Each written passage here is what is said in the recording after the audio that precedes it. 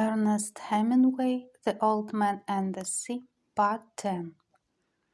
After it is light, he thought, I will work back to the 40-fathom bait, and cut it away too, and link up the reserve coils. I will have lost 200 fathoms of good Catalan cardial, and the hooks and leaders.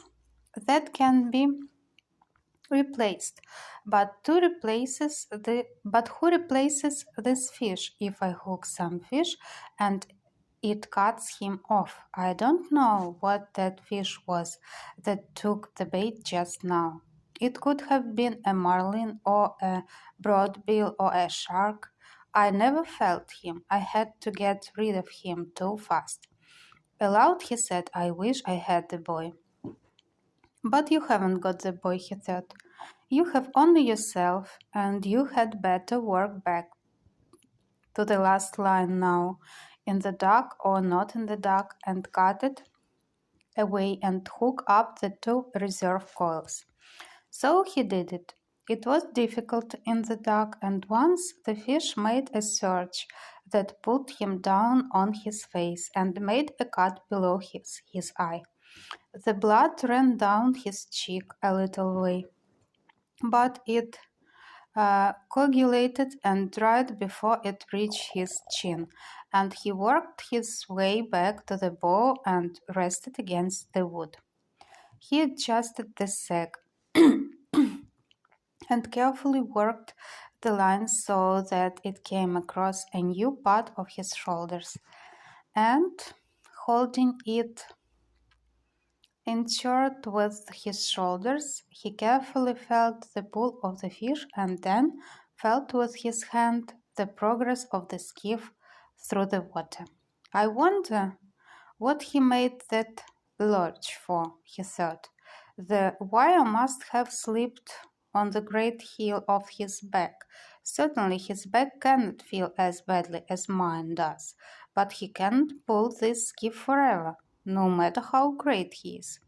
Now everything is cleared away that might make trouble, and I have a big reserve of line, all that a man can ask. Fish, he said softly aloud, I'll stay with you until I'm dead.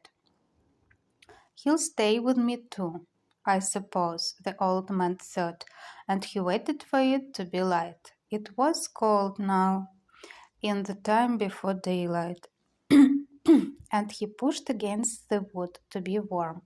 I can do it as long as he can, he thought.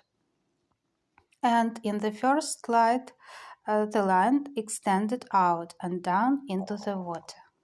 The boat moved steadily, and when the first edge of the sun rose, it was on the old man's right shoulder. He is headed north, the old man said. The current will have set us far to the eastward, he thought. I wish he would turn with me, or with the current. That would show that he was tiring.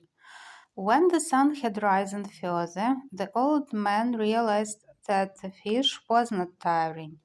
There was only one favorable sign. The slant of the line showed he was swimming at a lesser depth. That did not necessarily mean that he would jump, but he might. God let him jump, the old man said. I have enough line to handle him. Maybe if I can increase the tension just a little, it will hurt him and he will jump, he thought. Now that it is daylight, let him jump so that he'll fill the sacs along his backbone with air, and then he can go deep to die. He tried to increase the tension, but the line had been taut up to the very edge of the breaking point since he had hooked the fish, and he felt the harshness as he leaned back to pull and knew he could put no more strain on it. I must not jerk it ever, he thought. Each jerk winds the cut the hook makes, and then, when he does jump, he might throw it Anyway, I feel better with the sun, and for once I do not have to look into it.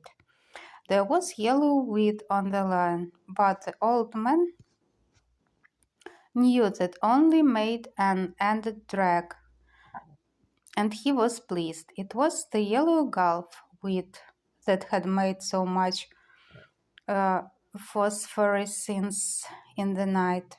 Fish, he said, I love you and respect you very much, but I will kill you dead before this day ends. Let us hope so, he thought. A small bird came toward the skiff from the north. He was a warbler and flying very low over the water.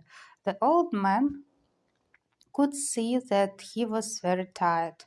The bird made the stern of the boat and rested there. Then he flew around the old man's head and rested on the line where he was more comfortable. How old are you? The old man asked the bird. Is this your first trip? The bird looked at him when he spoke. He was too tired even to examine the line, and he tittered on it as his delicate feet gripped it fast. It's steady, the old man told him. It's too steady. You shouldn't be that tired after a windless night. What are birds coming to? The hawks, he thought, that come out to sea to meet them. But he said nothing of this to the bird who could not understand him anyway, and who would learn about the hawks soon enough. Take a good rest, small bird, he said. Then go in and take your chance like any man or bird or fish. It encouraged him to talk because his back had stiffened in the night and it hurt truly now.